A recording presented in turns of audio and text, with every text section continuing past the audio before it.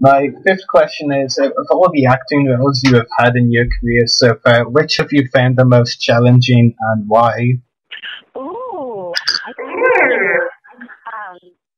I've been so lucky to play everything from, I did a lead in a pilot that turned into a movie called Fast Track, and it was, I played like a badass garage movie. It was a movie about illegal street racing, and so that was really fun, kind of just a badass, Jen in Power Rangers, she was a total badass. She was like a warrior. So I've gotten to play kind of that end of the spectrum, all the way to, the a woman with schizophrenia in house, and the pregnant wife whose husband was killed in Castle.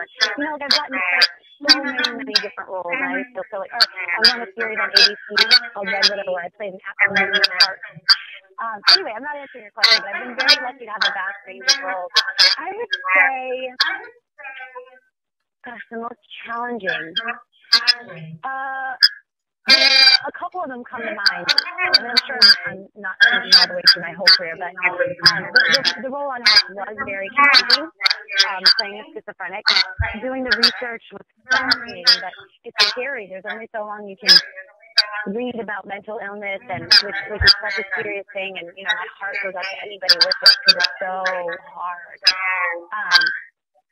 It was really scary diving into that part of myself and allowing all those things to come up and use those parts of myself. So that was really intense. So it was really fun.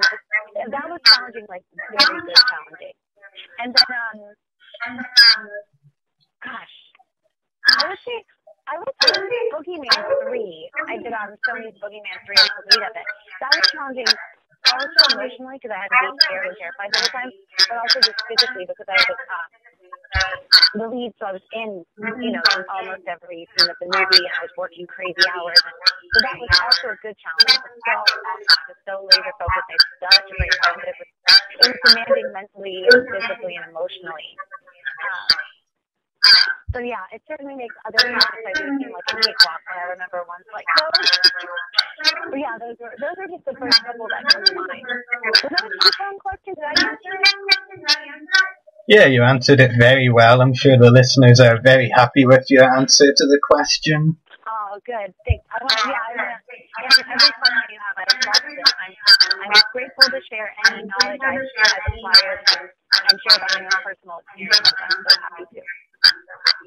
That's great. Well, that's what we love hearing on the podcast, guests who like what they work on, which is always great, of course.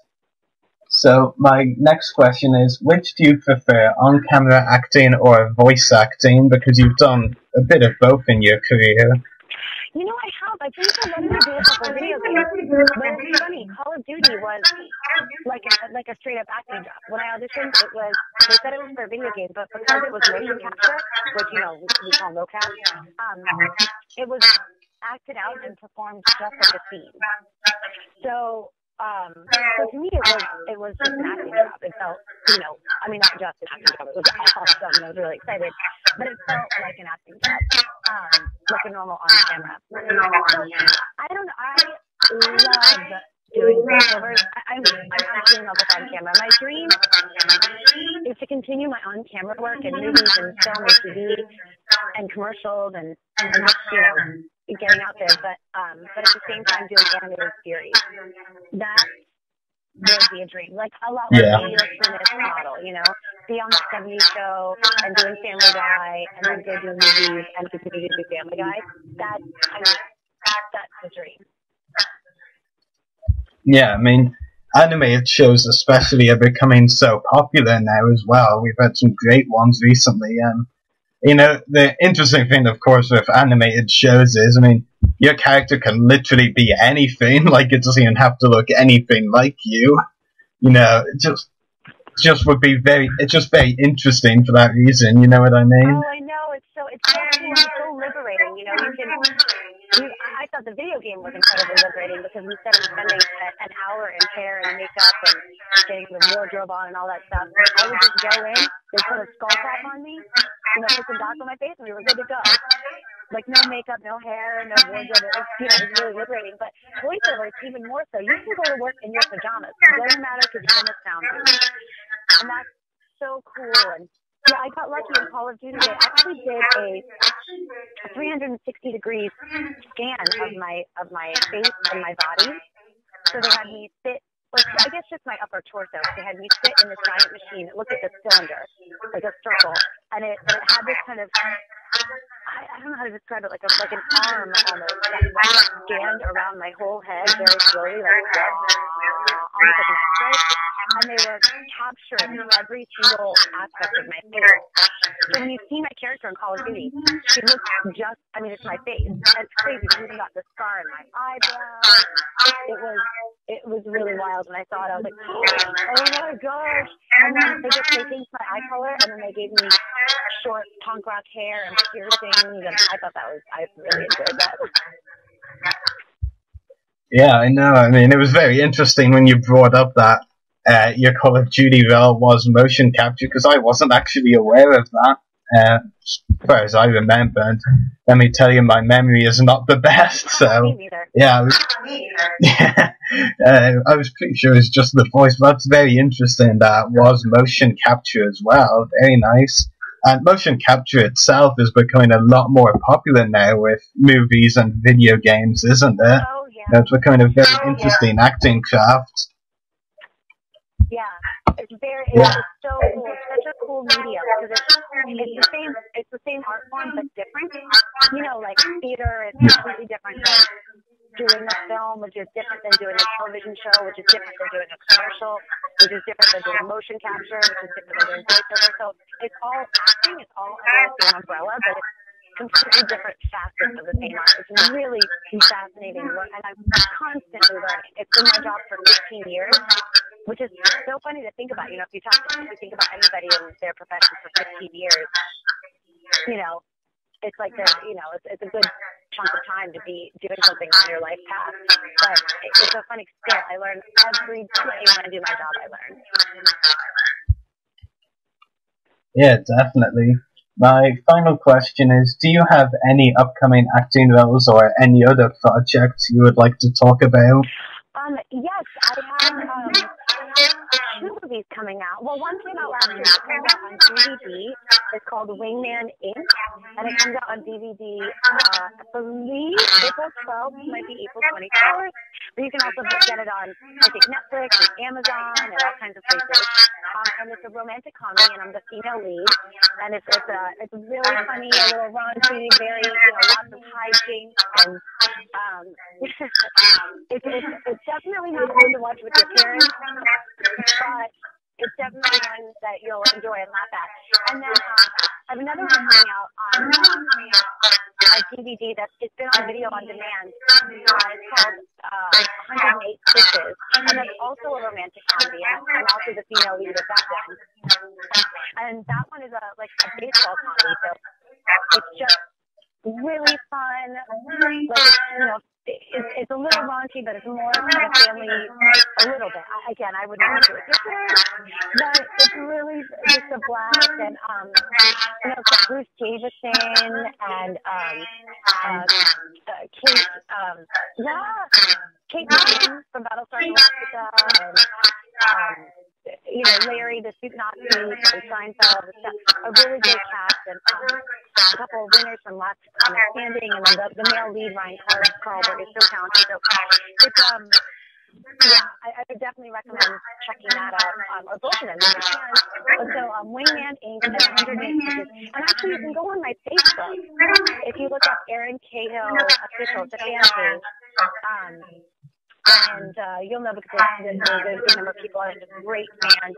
And she's Karen Shee runs it for me, and she's just amazing. So, and then my Twitter, she also has my Twitter, Erin Cahill. So if you get a chance to go on those, you can see kind of what I'm up to and what I've been doing, and the movies I have coming out. I have a commercial coming out, any day now. So it's good. And I don't know when you're posting this, but I'm speaking at UCLA tonight on a panel, which is so funny. It's for their Geek Week.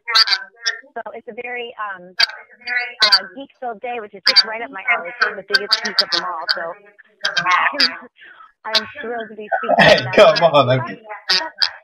I mean, I'm the one who hosts a Geek podcast. You gotta give me some credit. I'm one of the We're definitely swimming in the same pool. Yeah, we definitely are, that's for sure. Yeah. Yeah. So that's it. So, yeah, join my Facebook or my Twitter, or my Instagram. I love my Instagram. It's CJCAHILL. It's CJ I like to post to that. I try to look at it once a day at least. So yeah, that's what's going on. That's great.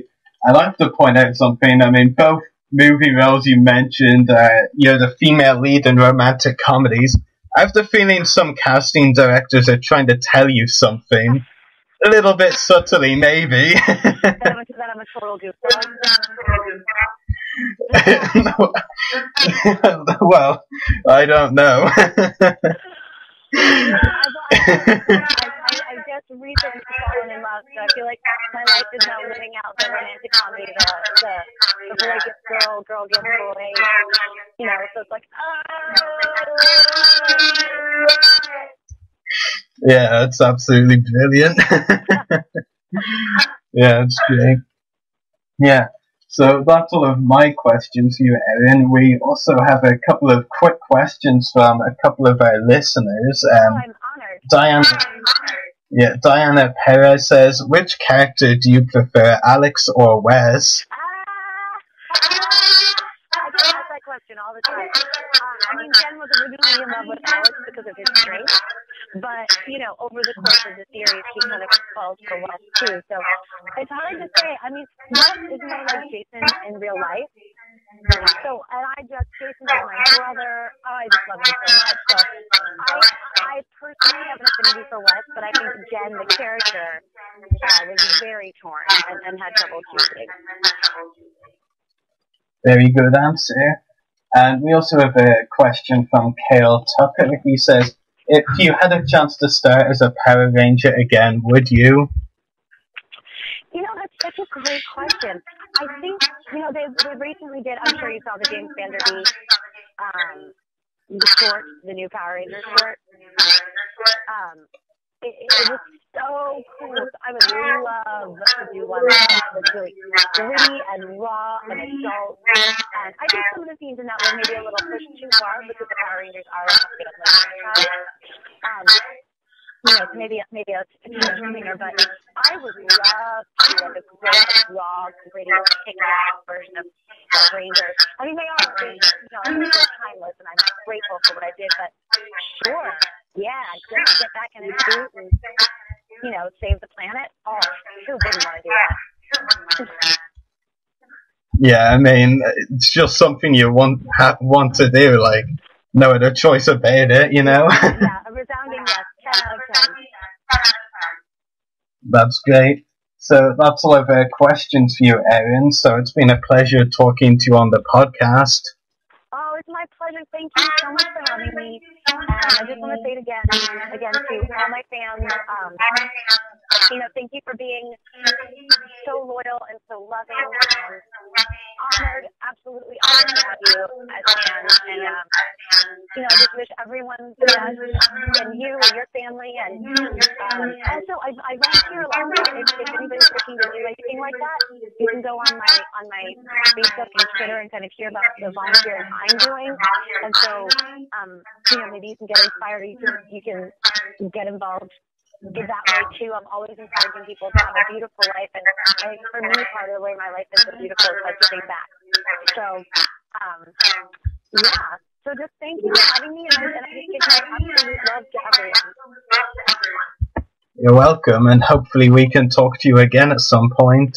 Yeah, I'd love that. You know, like, who knows what next project I'm going to have to tell you about, so that'd be great.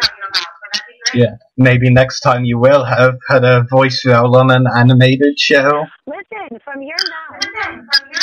So thank you. Let's put that out there, because I would love to do, you know, like I did, I know we're wrapping up, but I did, you know, just Beverly Hills Chihuahua, and I just love the Disney family, so like, something like that. Oh, how fun would that be? Yeah, that would be great, that's for sure. Yeah. So thank you very much again for joining us today, Erin. It's been a pleasure talking to you. Goodbye. Thank